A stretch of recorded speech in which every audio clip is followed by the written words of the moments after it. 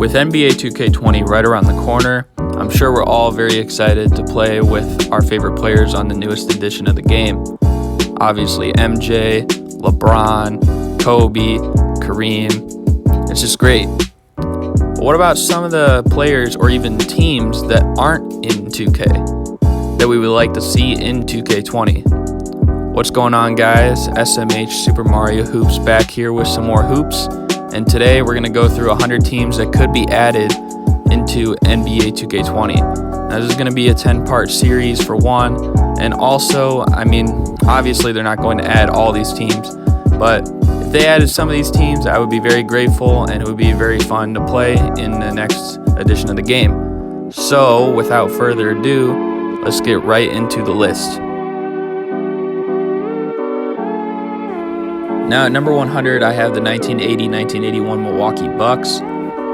They were led by Marquise Johnson. He averaged about 27 and 5. They also had Sidney Moncrief, which is part of the reason why I put them so low, because there is another team in 2K with Sidney Moncrief on it. Not to mention they also had the pieces from the Kareem Abdul-Jabbar trade. They got Quinn Buckner on the team. He was a solid point guard. And then also Junior Bridgman, who came off the bench.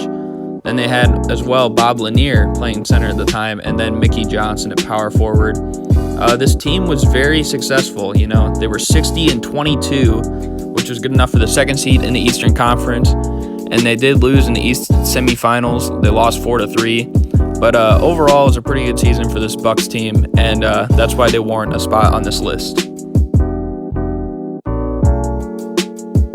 Number 99, I got the 2013-2014 Dallas Mavericks. They had a duo of Dirk Nowitzki and Monte Ellis for a few seasons, so that was pretty fun to watch. You also have Shawn Marion, who had been there since they had won their championship in 2011.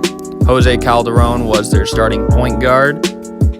Samuel Dalembert, who also came over from Milwaukee that offseason, just like Monte Ellis. And then he had Vince Carter coming off the bench. And I think everyone remembers that one moment that Vince had where he hit that crazy game winner against the Spurs. And it was just wild. And then the way he walked off after that was even crazier. But this team, they weren't even bad in the regular season, 49 and 33. But that year, that was only good enough for the 8th seed in the West. Even though they were an 8th seed, they lost in the first round, but they lost 4-3 against the Spurs, who ended up winning the championship that year. So they can't hold their heads too low. That was a pretty crazy series, and they definitely deserve a spot in 2K. So at number 98, I got the 1978-1979 San Diego Clippers. This is actually the first season that they became the Clippers, but they had yet to move to Los Angeles, obviously. They had World B. Free on their team. He was really solid with the Clippers, actually. Then they also had Randy Smith. He was a multiple-time All-Star. They also had Kermit Washington, which he was not a bad player, even though most of us know him for, obviously punching Rudy Tomjanovich. And then they also had Swin Nader, who was a very quality center in the 70s and early 80s. And then they also had Nick Weatherspoon at small forward and Sidney Wicks off the bench. Just some decent role players. Not the craziest team, but they did win quite a bit for a non-playoff team. They were 7th in the West, but they were 43 and 39.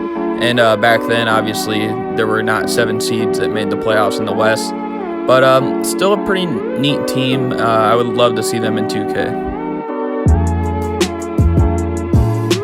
So at number 97, we actually have the 1996-1997 Washington Bullets. This is a team that had a duo of Chris Webber and Juwan Howard back when they were very young. They also had a giant in Jorge Murasan, which, he's already in 2K and everyone loves to use him. They also had Rod Strickland, a point guard who was 1 year away from a breakout year to be an All-NBA player. And then they did have Calbert Cheaney, but really, Tracy Murray was the more reliable wing scorer for them, who came off the bench.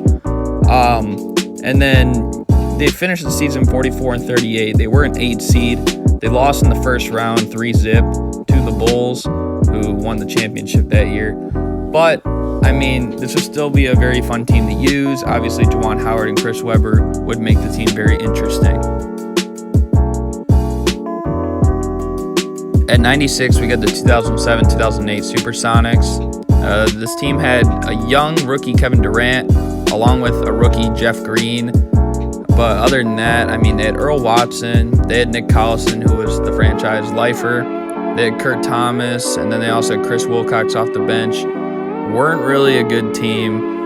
They were 20-62, which was actually dead last in the West. And I mean, yes, they're very fun to use, but they were so bad that, I mean, they could get Russell Westbrook in the draft the next year. So, yeah, that's why I got them so low, but I would still love to have them in 2K. At number 95, I got the 2016-17 Chicago Bulls. This team was very weird. They had a big three of Jimmy Butler, Dwayne Wade, and Rajon Rondo. This was after they had traded away D. Rose. They still had Nikola Mirotic, and in that Rose trade, they got back Robin Lopez. The bench was not really that great. They were 41-41 on the year, 8th in the East. They lost in the first round, 4-2 to the Celtics, and actually they were up 2-0 if you can remember. They were going crazy. They stole both the games in Boston, and then it was all over the news, and then, you know, Rondo's injury happened, and the Celtics never looked back. I don't know if that would have changed the outcome at all, but you have to think, as a Bulls fan like myself, that it probably did a little bit, but I don't know. It's in the past, whatever. But I think this team makes a lot of sense actually now that Jimmy Butler is with the Heat, where Dwayne Wade started. So it'd be a fun one. At 94, we got the 2009-2010 Charlotte Bobcats. This is the first time that the Bobcats ever made the playoffs in franchise history. They had a nice duo, Gerald Wallace, who averaged 20 and 10 on the season and was an all-star that year, and Steven Jackson, he was a solid second option as well. You also got Boris Diaw, who was kind of like a jack-of-all-trades type of player. He could do anything. And then obviously Raymond Felton, back when he was really young and in his prime, he was pretty dang good with the point guard position. Not to mention they had Tyrese Thomas off the bench as well, and other guys like Theo Ratliff and Tyson Chandler. But they were 44-38, which is the 7th in the East. And even though they did get swept in the first round, I think Bobcats fans were just happy to make the playoffs, and I would be happy to put them in 2K20. So at number 93, we got the 1980-1981 Portland Trailblazers. You know, not really the most household names on this team, but Kelvin Ramsey, you know, he was pretty solid, averaged 15 points per game for them. Jim Paxson was actually injured in the playoffs for them, so they actually started Billy Ray Bates. But if you guys don't know who Billy Ray Bates is, he's kind of crazy. He's got like a weird story. He averaged like 28 points per game in the playoffs, and he averaged 25 points per game another year, so that's just wild. This team also had Calvin Nat. They also had Kermit Washington, and then Michael Thompson was their starting center, which is, of course, Klay Thompson's father. And then they also had Bob Gross, who was also on that championship team in 1977. So this team was 45-37, which was good enough for 4th in the Western Conference. And they were eliminated in the first round, 2-1. But with Michael Thompson and Jim Paxson being on the team, and also Billy Ray Bates, if they were to give him a good rating, I feel like this would be a nice team in 2K. At number 92, we got the 2010-2011 Indiana Pacers. This team was led by Danny Granger, who was still playing like an all-star caliber player at the time before injuries. They also had nice guys like Roy Hibbert on the team and Darren Collison in his first stint with the Pacers. They also had a rookie, Paul George, who wasn't really the Paul George we know today, but he was still the starting shooting guard for them. And then quality role players like Tyler Hansbrough and Dante Jones off the bench.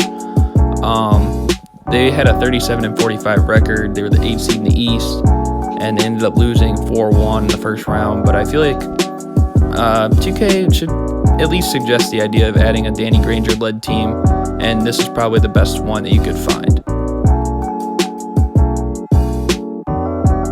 At number 91, we got the 2005-2006 Milwaukee Bucks. This team was led by Michael Redd, who was averaging 25 points per game, just a pure scorer. They also had TJ Ford in the backcourt, and another solid wing in Bobby Simmons. And the bigs were comprised of Andrew Bogut, who was a rookie after being selected number 1 overall, and also Jamal McGlure, who was a few seasons removed of being an all-star.